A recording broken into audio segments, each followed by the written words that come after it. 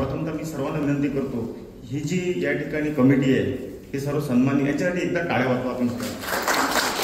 Okay, मी किशोर अंबादासराव नवले, अमरावती. माझी शाळा लाल बहादूर शास्त्री विद्यालय तथा कनिष्ठ महाविद्यालय शिवनी रसुलापूर, मी त्या ठिकाणी मुख्याध्यापक या पदावर कार्यरत आहे. मला 29 वर्षाचा इतिहास, भूगोल, राज्यशास्त्र या विषयाचा अनुभव आहे अध्यापनाचा. परंतु या ठिकाणी असताना सर्व बाबी मी बाहेर सोडून दिले, कारण इथे मी आलो एक विद्यार्थी म्हणून, आणि विद्यार्थी म्हणून मला या ठिकाणी 3 दिवस घालवायचे आहेत. कारण शिक्षक हा शेवटपर्यंत विद्यार्थी असतो. शिक्षकामधला जर विद्यार्थी हा निघून गेला तो शिक्षक काहीच कामाचा नाही, असं माझं वैयक्तिक मत आहे. माझी ग्रामीण भागामध्ये शाळा आहे. ग्रामीण भागातल्या विद्यार्थ्यांचा आणि शहरी विद्यार्थ्यांचा याचा समन्वय कुठे जोडत नाही. आज मुंबईसारख्या शहरामध्ये यायला मला भाग्य मिळालं. त्याचा अहोभाग्य आमची जी टीम आहे 5 लोकांची, माननीय मनोज कडू, माननीय आमचे पांडे सर, माननीय कराडे सर, माननीय संदीप बोबाटकर, हा आमची टीम आहे. आणि ही टीम आमची वैचारिक टीम आहे.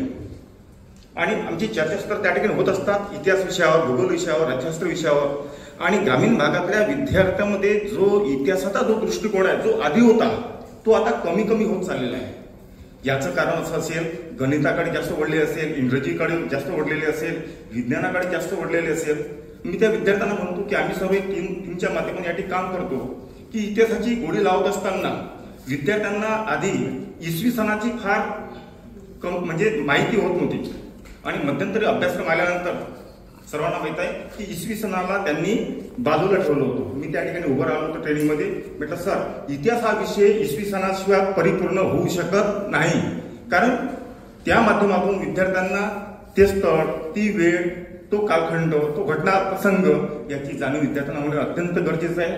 निश्चितच या ठिकाणी विद्यार्थी म्हणून या ठिकाणी काम करूया, घेऊया आणि आपल्या ग्रामीण भागातल्या विद्यार्थ्यांना खरोखर सुरेख विद्यार्थी आहेत ना, त्यांना कुठला अभ्यास नाही, काही नाही, परंतु त्यांची विद्यार्थ्यांमध्ये जी एक प्रकारची ओढ आहे विविध विषयाची, ती खरोखर वाखण्याजोगी आहे.